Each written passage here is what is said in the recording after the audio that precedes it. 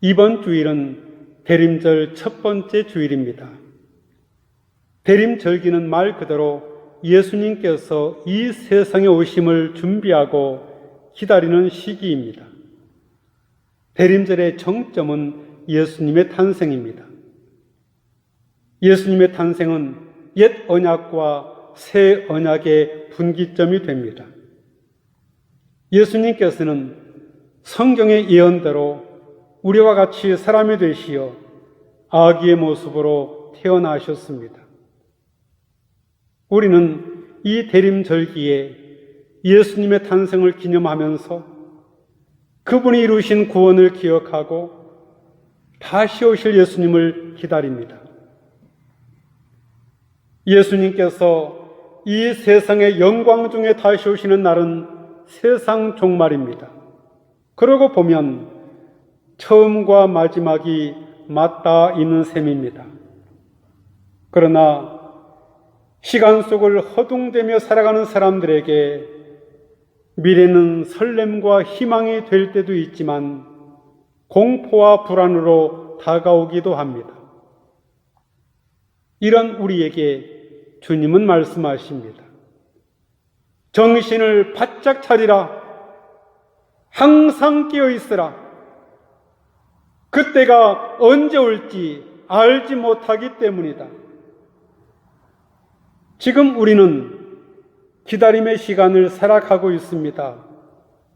이 기다림의 시간은 정해져 있지 않습니다. 언제까지인지 알 수 없는 시간입니다. 그러나 예수님의 탄생이 두려움에 사로잡힌 이들에게 큰 기쁨의 좋은 소식이 되었던 것처럼 우리는 다시 오실 예수님께 희망을 걸고 주님을 기다립니다. 이것이 대림절의 의미입니다. 오늘 본문의 말씀은 인자이신 주님의 오심과 최후 심판 사이에 아직 우리에게 남아있는 때를 주제로 삼고 있습니다. 주의 임하심과 세상 끝 이 두 사건은 서로 긴밀하게 연관되어 있습니다. 인자 되신 주님의 오심은 인류 역사의 종말을 암시합니다. 예수님은 종말의 징조가 속속 드러나는 현실 앞에서 흔들리는 이들에게 무화과 나무의 비유를 들려주십니다. 무화과 나무로부터 교훈을 배우라. 그 가지가 연해지고 잎이 돋으면 여름이 가까이 왔음을 알게 된다. 이와 같이 너희도 이런 모든 일을 보면 그때가 바로 인자가 문 앞에 가까이 왔음을 알게 될 것이다. 무화과 나무는 겨울에 낙엽이 지면 눈에 띄게 앙상한 가지 때문에 완전히 말라 죽은 것처럼 보입니다. 그러다가 봄이 되면 다시 그 가지에 물이 올라 생명을 뚜렷이 볼 수 있습니다. 죽음을 뚫고 나오는 생명이 드러납니다. 이는 죽음과 생명의 위대한 신비의 상징입니다. 미리 나타나 보이는 여름의 징조이기도 합니다. 메시아의 징조도 마찬가지입니다. 징조들을 잘 보아라. 말라 죽은 것처럼 보이는 무화과 나무가 풀어지고 새싹이 나면 겨울은 완전히 지나가고 여름의 문 앞에 성큼 다가서는 것처럼 구원받은 백성은 일깨워져 새 생명을 얻게 될 것이다. 이제 때는 찼다. 약속의 마지막 성취는 시작되고 메시아가 문을 두드리신다. 구원의 때가 왔다. 지금 주님께서 오고 계신다. 여기서 핵심은 알아차림입니다. 예수님은 종말의 징조가 곳곳에서 나타나면 인자이신 주님의 재림이 임박했음을 알아차려야 한다고 말씀하십니다. 주님이 말씀하십니다. 이 세대가 지나가기 전에 이 모든 일이 일어날 것이다. 그러나 그 날짜와 그 시각은 아무도 모릅니다. 하늘의 천사들도 모릅니다. 아들도 모릅니다. 오직 아버지만 아십니다.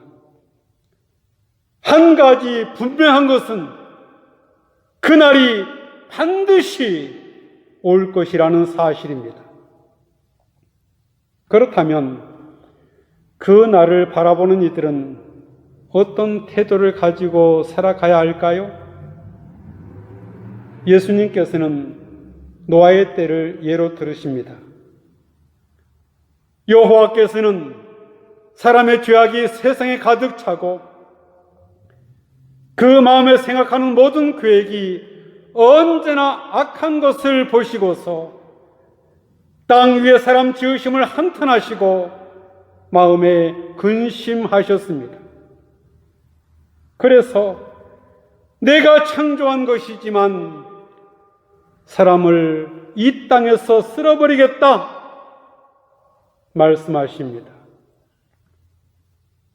홍수가 나기 전 사람들은 노아가 방주에 들어가던 그날까지도 먹고 마시고 장가가고 시집가고 하다가 홍수가 나서 그들을 모두 쓸어갈 때까지 무슨 일이 일어나고 있는지 전혀 알지 못했습니다.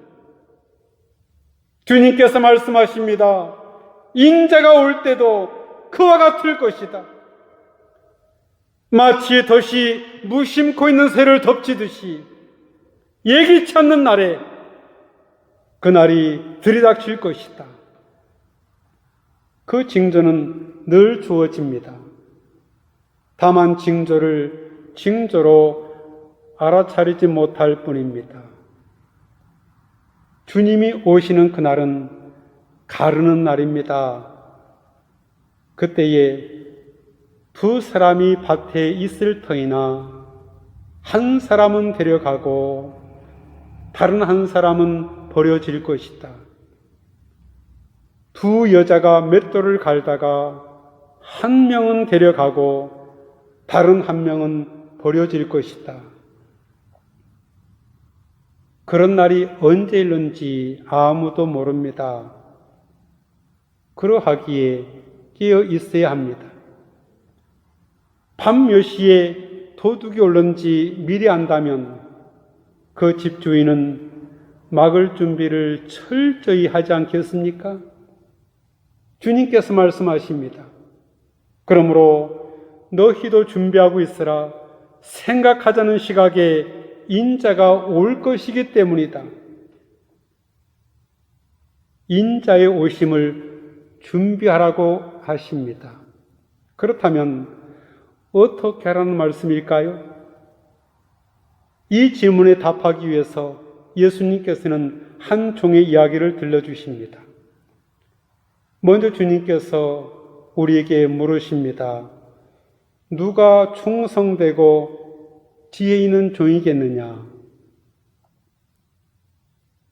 한 집주인이 종에게 자기 집안 식솔들을 믿고 맡겼습니다.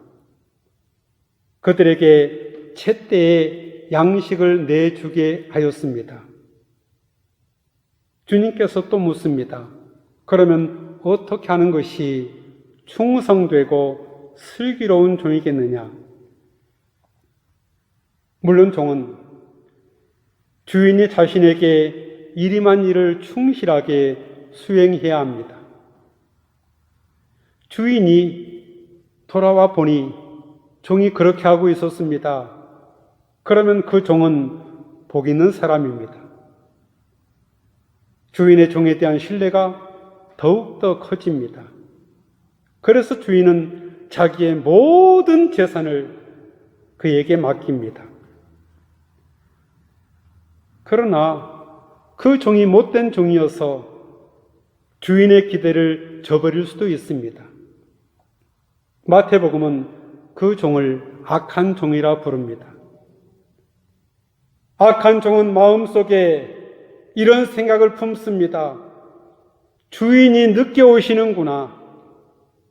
그리고는 함께 일하는 동료 종들을 때립니다. 술 좋아하는 친구들과 어울려 먹고 마십니다.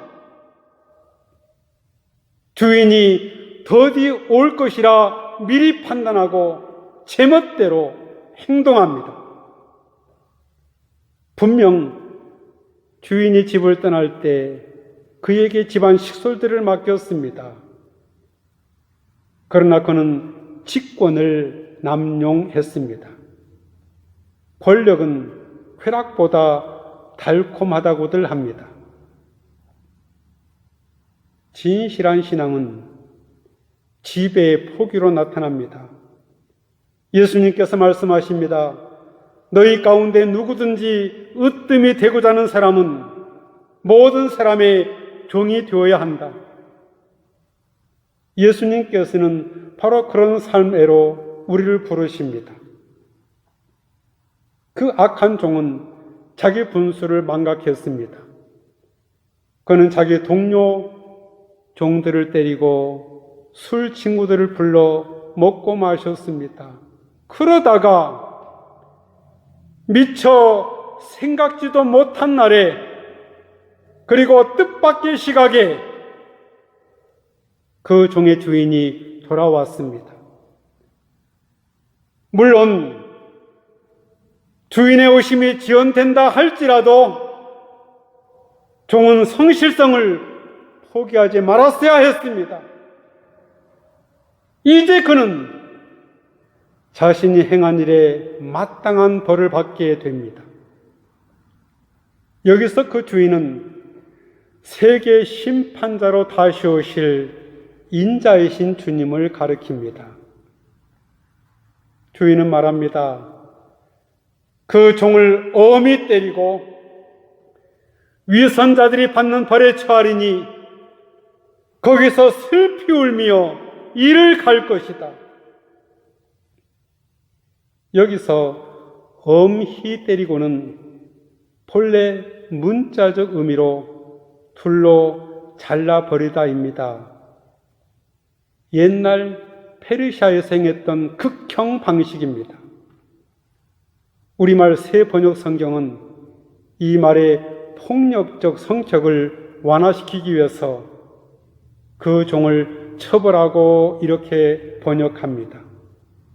그러나 우리말 공동 번역 성경은 원문의 뜻을 살려서 그 종을 자르고 이렇게 번역했습니다. 물론 이 단어를 문자적으로 이해할 것은 아닙니다. 왜냐하면 주인의 경로를 나타나기 위해 의도적으로 선택된 단어입니다. 이쯤에서 우리 자신에게 질문을 던져보면 참 좋겠습니다. 우리의 삶은 어떻습니까? 그날과 그때를 위해 깨어 준비하고 있습니까? 우리는 과연 충성되고 지혜로운 종일까요? 아니면 악한 종일까요? 같이 기도하겠습니다. 주님, 나무들은 모두 옷을 벗어놓고 생명의 기운을 더 깊이 안으로 숨기고 죽은 듯이 서서 겨울 맞을 준비를 하고 있습니다. 겉으로는 죽은 것처럼 보이지만 나무들은 겨울 내내 그 어느 계절보다 더 싱싱하게 살아 있어야 합니다. 주님, 저희도 나무들처럼 지혜롭게 하옵소서. 계절의 변화에 민감하게 하시고 지혜롭게 준비하게 하옵소서. 겨울을 기다리며 저희도 벗을 것을 벗게 하시고 저 깊은 내면의 방으로 들어가 생명의 불을 뜨겁게 지피게 하옵소서. 더 참되게 살아있게 하시고 더 진실하게 일하게 하옵소서. 예수님의 이름으로 기도하옵나이다. 아멘.